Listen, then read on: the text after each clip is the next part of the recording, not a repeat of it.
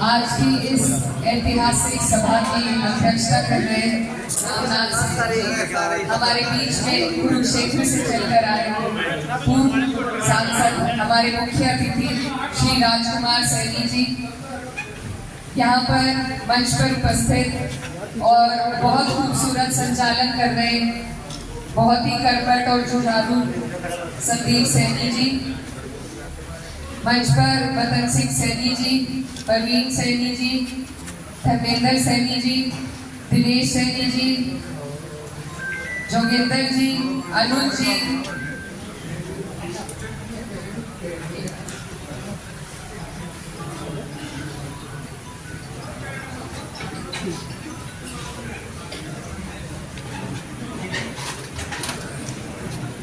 दीपक जी, विजेंद्र जी, जयपाल जी, भूपेंद्र जी मेरे साथ चल रहे हैं,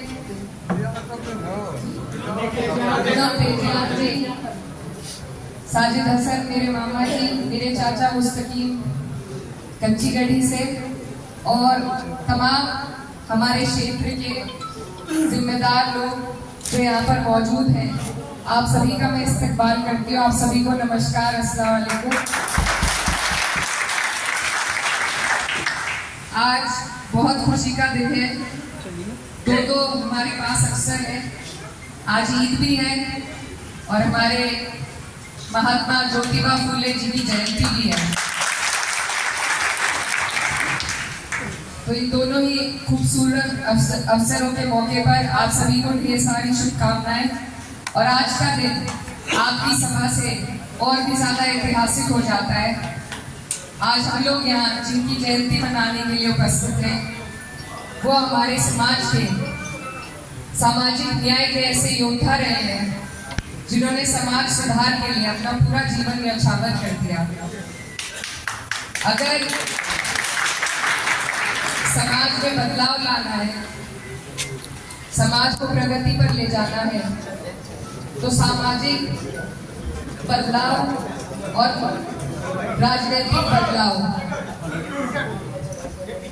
दोनों का तालमेल होना बहुत जरूरी है, क्योंकि बदलाव हर रूप से हमें अपने समाज में लाने की कोशिश करनी है, चाहे वो नीतियों के द्वारा हो या जो हमारे समाज के ऐसे लोग हैं जो अपने जीवन को न्यौछावर करते हैं लोगों के बीच में, उनके सुधार के लिए काम करते हैं।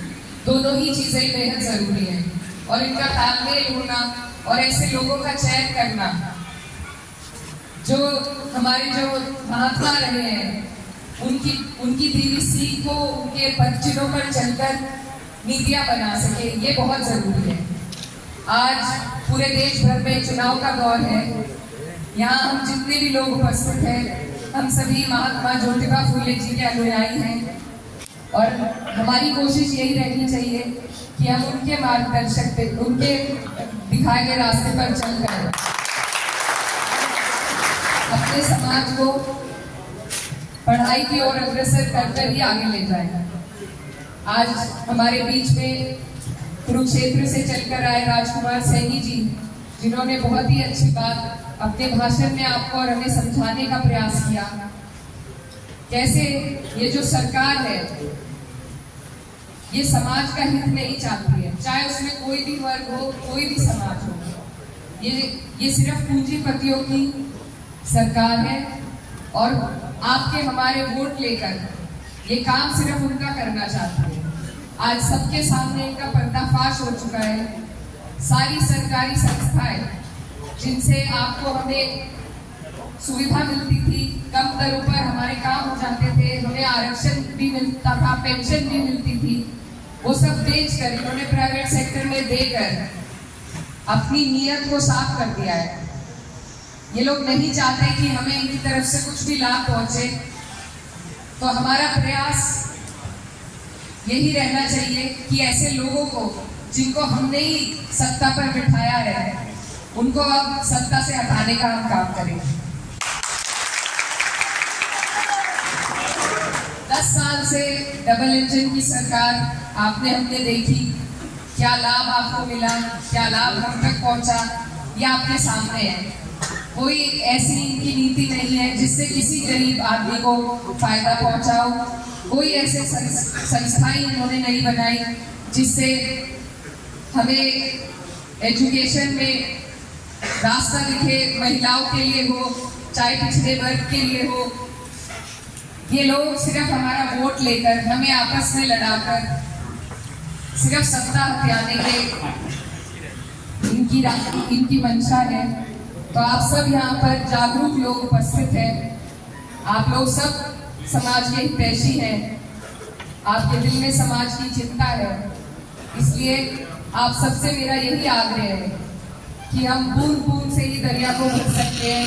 हम हर जगह जाकर लड़ाई नहीं कर सकते, लेकिन हम अपनी सीट पर इंडिया गठबंधन को जिताकर इनसे आगे बढ़ने का काम कर सकते हैं। जितनी भी हमारी इंडिया गठबंधन की सीटें हैं, उन पर हमारा यही प्रयास है कि हम लोगों को जोड़े, 36 बिरादरी को जोड़े, उन्हें जागरूक करें कि आज तक उनको मिला क्या है, सरकार से क्या मिला है। सरकार का काम है हमारे समाज के सबसे आखिरी पंक्ति में जो इंसान खड़ा है, जो सबसे दबा कुचला गरीब प्रताड़ित इंसान है, उस तक लाभ पहुंचाना।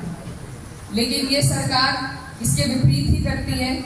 आपने देखा होगा किस तरीके से इन्होंने इलेक्टोरल बॉन्ड का जो स्कैम किया है, पैसे इलेक्टोरल बॉन्ड के जरिए लिए और ठेके दिए गए। आज इनका कच्चा चिट्ठा आपके सामने है। पिछली बार हमने इन्हें 90% वोट देकर जिस गद्दी पर बिठाया है, इस बार अगर हमने अपने इस मौके का, ये जो चुनाव का मौका है, यही हमारे पास एक ऐसा मौका है जिसमें हम बदलाव कर सकते हैं। क्योंकि धरने भी देकर देख लिए, हमारे यहाँ बहुत से किसान भाई भी उपस्थित होंगे, हम लोग धरनों पर भी बैठे। एक किसान अपने परिवार का पालन पोषण अपने पेमेंट से ही कर सकता है, और जब वो भी ना मिले तो क्या उसके हालात होंगे, ये आप अच्छी तरीके से जानते हैं। तो धरनों पर भी बैठकर आप लोगों ने देखा, ना धरनों पर किसी की सुनवाई है, ना वैसे सुनवाई है। तो सुनवाई का जरिया सिर्फ आपका वोट है, और वोट का मौका आज आपके पास है। तो अगर हम इस मौके से चूके तो फिर गलती हमारी होगी, फिर गलती इनकी नहीं है। और ये लोग जिस तरीके से हमें उदाहरण दे देकर ये दिखा रहे हैं कि इनका अहंकार और इनकी तानाशाही बढ़ती जा रही है, अगर अब भी हमने सीख न ली तो आगे जाकर हमारी पीढ़ियों को और हमें बहुत पछतावा होगा। तो आप लोग सब यहाँ पर सारी बातों से अवगत हैं, जागरूक लोग हैं। मेरा आपसे यही कहना है कि जो लोग समाज का विभाजन करते हैं और समाज में दरार डालने का काम करते हैं और फूट की राजनीति पर जो गद्दी हथियाना चाहते हैं,